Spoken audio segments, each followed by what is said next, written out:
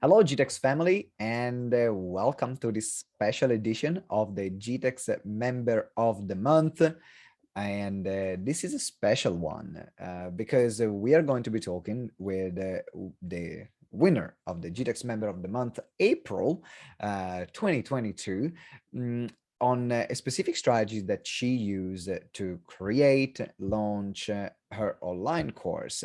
And I know there are quite a few people here within the community that want to launch their online course. So they've been sitting on it for a while. So hearing from someone that is doing it or has just done it very recently, then can make a difference also in what you want to create. And the reason why we selected her to be the GTeX Member of the Month is not only because of the increase in stats in terms of the revenues that she had, and increasing list, increasing clients, but also in particular, as I mentioned, in the process of successfully completing the launch of her online course and having paying members on it. So that's what we are going to talk about. So congratulations, Helen Snape, the one and only GTeX Member of the Month. How are you doing? Hi, Simone. I'm doing really, really well. Thank you. Yeah. And I'm honored to be GTeX Member of the Month. Hey, you deserve it. You totally deserve it. This process is very simple. We go through all the question and answer of the monthly review that we do. And then we look at the person who have made the most progress or has reached an important milestone in their business. And knowing you, this is an important milestone to create another digital assets like your online course. So let's talk through the process so then we can start getting some lessons. Did you launch it as soon as you had the idea, or did you sit on it for a while and didn't launch it? Where were you in the process at the beginning? I probably first had the idea for this kind of a course 2 years ago, but just a vague idea of, oh, it would be really cool to have an online program that just addresses some of the commonly asked questions that I get asked about boundaries. But 2 years ago, I was busy designing a group program, and it was far too much for my head to be thinking about trying to design and launch an online program at the same time. There's just no way it was going to happen. So it's just been sitting on the back burner waiting for me to get to it. What was the catalyst? What happened that made you say, this is the time, I'm going ahead? Oh, good question. I think it was that I launched my second group program in January this year, and I was most of the way through delivering that by the end of February. And I just felt like I was ready to start creating again. And I just thought it's now, like this is the time to put together this online course. I feel ready, and I've now gone through the quick launch process several times. Like, I know how it works. There's no excuse. Yeah, because you have to use the quick launch at least 3 or 4 times using the quick launch formula. So now launching a new one, piece of cake. You know what to do. You definitely know what to do. What was, when thinking about coming up with the topic of what to include in the online course, and did you already know, were you already clear straight from the get-go on what you were going to put, or did you struggle to come up with the content? Where were you in that? I was fairly clear on the content that I wanted to include, because I really wanted to address the commonly asked questions that I get asked about boundaries. Like, how do I communicate a boundary without being really mean about it? How do I handle other people's feelings when they react badly against me setting a boundary? And what do I do when somebody, pushes back or just ignores my boundary? Because it was all of these very kind of practical questions, and they're the things that I get asked all the time. And so it just seemed like, well, it's a no-brainer if I create an online course that just addresses these questions. So you had already like questions that people asked, and by listening to those questions, then you had basically your course became an answer to a Yes. lot of questions that people that you see coming up over and over again. Yes, absolutely. Which is a great way, a great strategy for everyone who is listening that is thinking or is overthinking, what content am I going to put in? What am I going to deliver? Then listen to what people are saying, listen to the question that people have, what people are struggling with, and literally your modules, they become an answer to the question that people have. You've also developed your signature methodology. I remember we did it a while ago. Did that create a part also in the decision of what content to put in, like aligning this with your methodology, or not? I think it just happily comes together Mhm. because everything I do is now aligned with that methodology, which has become my smile methodology. I really like, really like that. It's all about turning a fake smile into a genuine smile. So And the smile is an acronym? yeah, it is. So it's self-discovery, it is mind-body connection, it's inner child work, it's loving boundaries, and it's effective communication. Nice, nice, Yeah. nice. That's brilliant. And so everything fits into those, into those pillars. That's great. And so for everyone who's watching or listening, you can go back to the methodology, the signature methodology that you have developed, and then see, what module am I going to talk about? What am I going to talk about based on the methodology that I already have? Um, you don't need, when you're thinking about the content, you don't need to reinvent the wheel. You don't need to reinvent the wheel. It's, a lot of things, you already have them within you. So as Alan said, look at your methodology, see what questions people are having and answer them. So now you had the idea, and you had an idea as well of what to put as a content in terms of content. Now it came the moment of the launch. So you talked about the quick launch formula that you used also for this online course. What was something about this particular launch when you were doing that really worked, that stood out for you?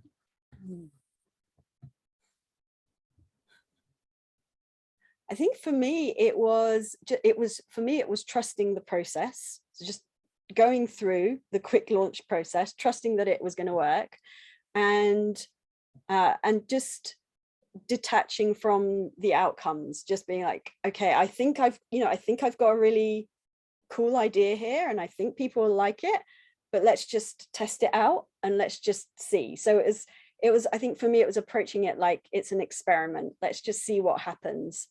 And then making sure that, that I put it out there consistently over and over again to get the feedback on it. And how long was it, the process? For how long did you keep it open, the launch part? 2 weeks. Yeah. So you kept it for 2 weeks open. And did you have calls with people? They were just buying on a page. How were they going to buy? I had calls with everyone that signed up. So I had a Zoom call with each person, and I talked them through, what I was thinking of doing. I got to understand their situation a bit more, checked in with them, was there anything that they thought I was missing, anything that they thought would make it better, tested out my price point with them as well. And that's the only thing that actually that meant that I didn't have something ready to sell, because I wasn't sure what the price point should be, and I was getting very varied answers. And so it took me a while to settle on what I actually wanted that to be.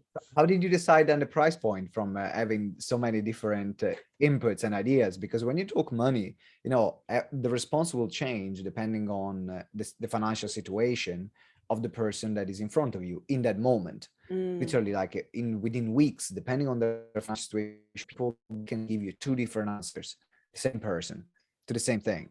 So how did you then combine and came up to deciding the price point and the offer?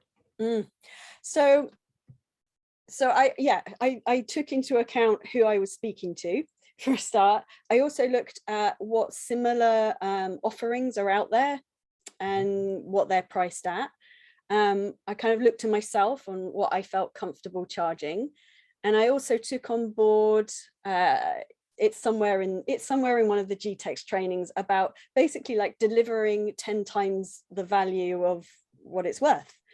And so when I kind of got to my final price point, I felt like, yeah, I'm delivering at least 10 times the value of what this is worth. It's a complete no-brainer for my ideal client to be buying this. And I can tell us, so tell me, because I know it already. So say it in the interview, the price point that you're going to sell it for, and the launch offer in terms of price points. So the complete package will be £49. For the pre-launch group that signed up for it, I sold it for £29. So some people might think, oh, but you went through doing calls to sell something for £29. Is it not a waste of time? No, God, no, because the feedback was really valuable, because I was finding out more about my, even if this hadn't even become anything, I'd have learned more about my ideal client and their problems and what they wanted. But also, they did help me shape it.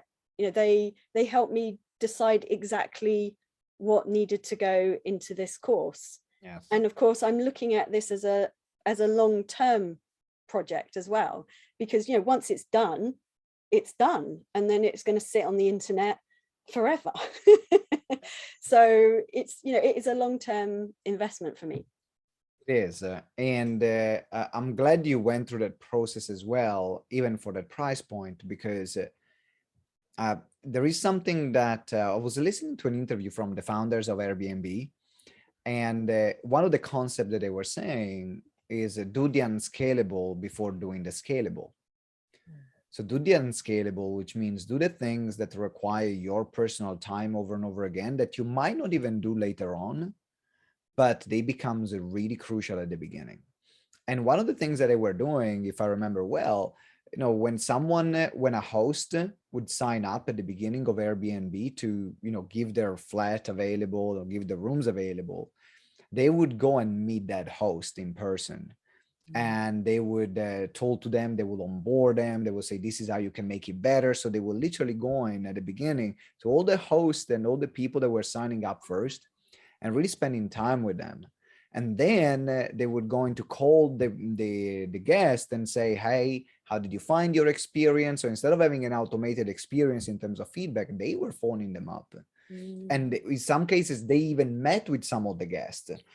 And those kind of activities will then set the foundation for Airbnb be what it is today.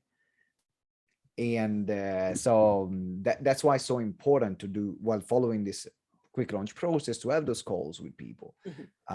Even if the price point is not huge, but then you know that you're creating what people want. Yes. What was the thing that you did that gave you the most signups? It was being persistent, because when I did all these calls, as I said, because I didn't have a price point, I couldn't sell it to anyone that said, oh yes please, yes please. So I had to follow up with them, right? And when I initially did the follow up with them to say, okay, right, this is the price, this is exactly what you're getting, for 3 days I didn't hear anything back from anyone. And at that point I could have said, oh okay, well no one actually wants to buy it. But no, in good it's been drummed into me to make sure I follow up. And so I did. I made sure that I reached out to everyone, and just to say, like, in case you missed this, this is what it is, and this is the deadline, to give people a deadline as well. So that, if you want to be part of this pilot group, you need to sign up by this date. And I think those two things, so following up with people and giving them the deadline. Yeah. That's what gets people off their arse and actually do something and make that decision. And because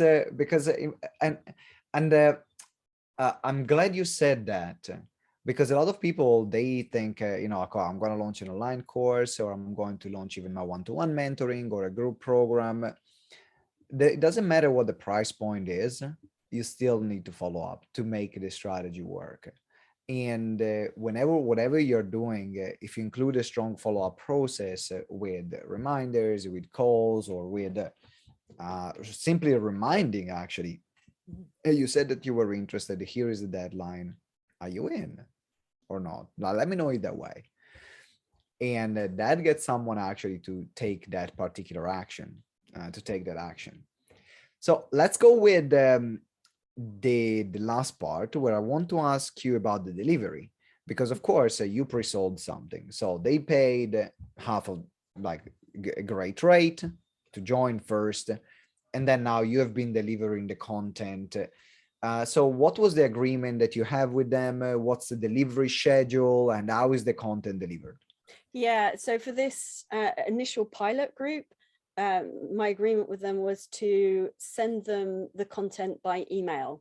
So they get an email with a link to a video and to a downloadable workbook that they can work through.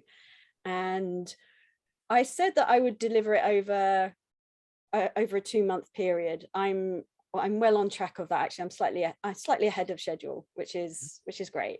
And then the idea is that I will upload them. Well, I've started doing it onto a digital membership platform for those that then buy the online course in the kind of the format that you'd expect.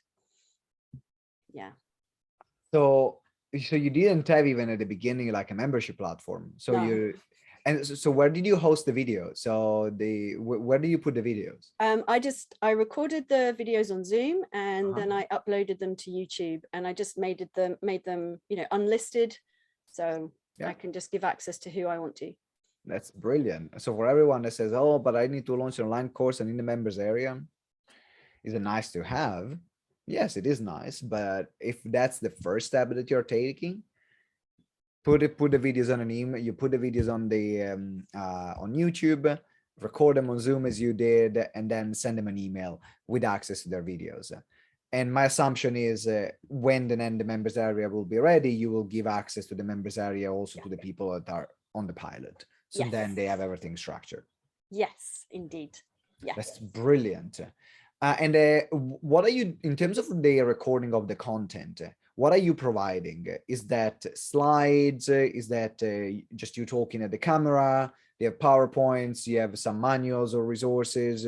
What's your style? It's me talking to the camera for each module. I talk for between like 9 to 15 minutes. And then with each video, I'm giving them a self-discovery workbook. So it has some questions for them to journal about. It also has an action step for them to take and an affirmation for each module. Yeah. That's brilliant. So then they have something to follow along and something else that is to be engaged with. Yes. Yes. And I also created a private Facebook group for those that join the course as well, because I wanted there to be an opportunity for them to have some community with other people that are learning about the same things.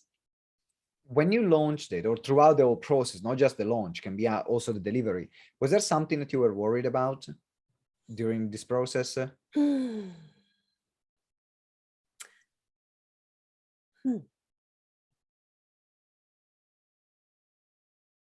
I think I've been less worried about this course than like any of the others, because to me it is just like, it is an experiment. I'm like, well, what really can go wrong? I guess the thing that actually maybe has worried me most is like the tech side of it. Has been like the putting it onto the online platform and getting all of that sorted, for which Nicola, I owe 1,000 pints of beer to. For helping me get that sorted. But I suppose what I did by having this pilot group, it meant that I could say to myself, well, I won't worry about the tech side, in just getting this up and running. I don't want that to stop me or hold me back from just getting on with it.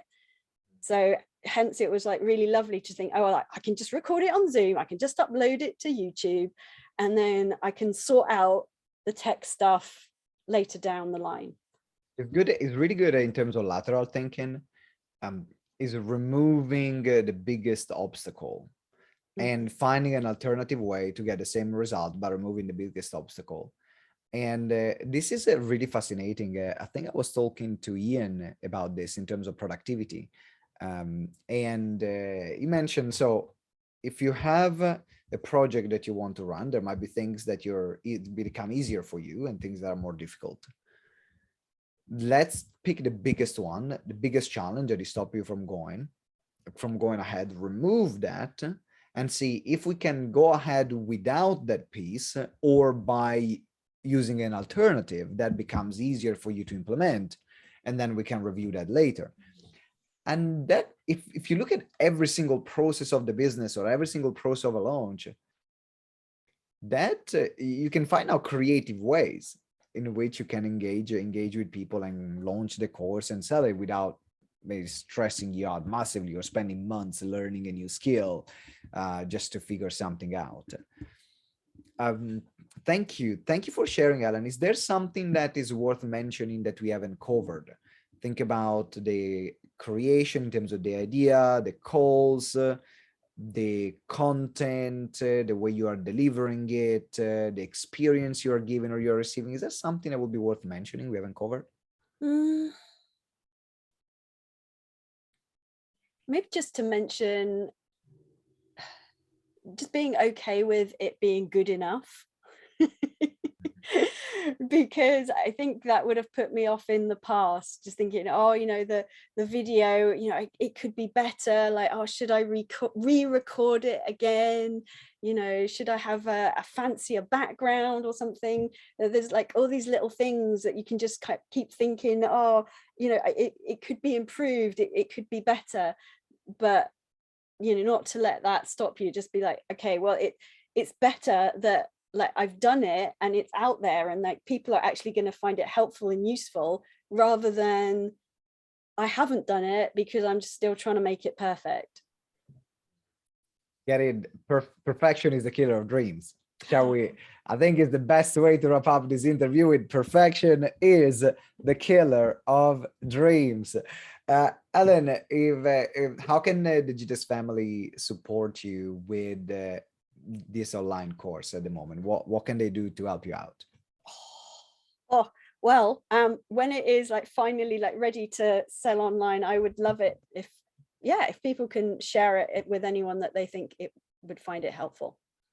All right, we're definitely on board with that. So let me know when we can be put our way. I'll give it a push as and then GTeX family then reach out to Helen. You know where to find her, and they can find her details in the members directory, or connect with her within the Facebook group or during the calls. And then give her your support, because that's what we are here about, to collaborate and support each other. Alan, it has been an absolute pleasure having you here. Congratulations again for being the GTeX Member of the Month, April 2022.